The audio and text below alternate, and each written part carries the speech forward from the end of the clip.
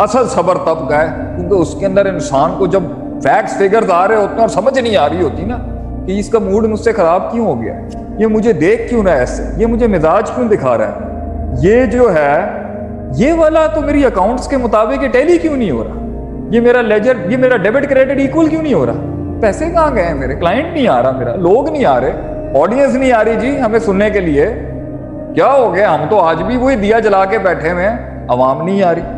تو تب جا کے جب اسے جب اس کو ہٹ لگتی ہے نا، اصل صبر وہ ہے جب اس کو سمجھ نہیں ہوتی کہ میرے ساتھ ہو کیا رہا ہے، یہ عذاب ہے، یہ پکڑ ہے، ریکٹیفیکیشن ہے، ریزیلینس ہے، ریڈیمپشن ہے۔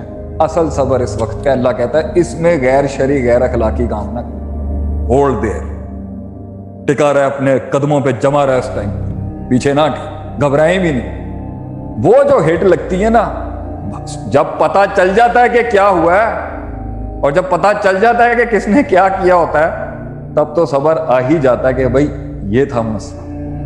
لیکن جب پتہ نہیں ہوتا نا، اصل صبر تب کا ہے۔ باقی ٹائم میرے خیال سے پورا ہو چکا ہوا ہے، اور باتیں تو میں کرتا رہوں تو میں رکوں گا ہی نہیں۔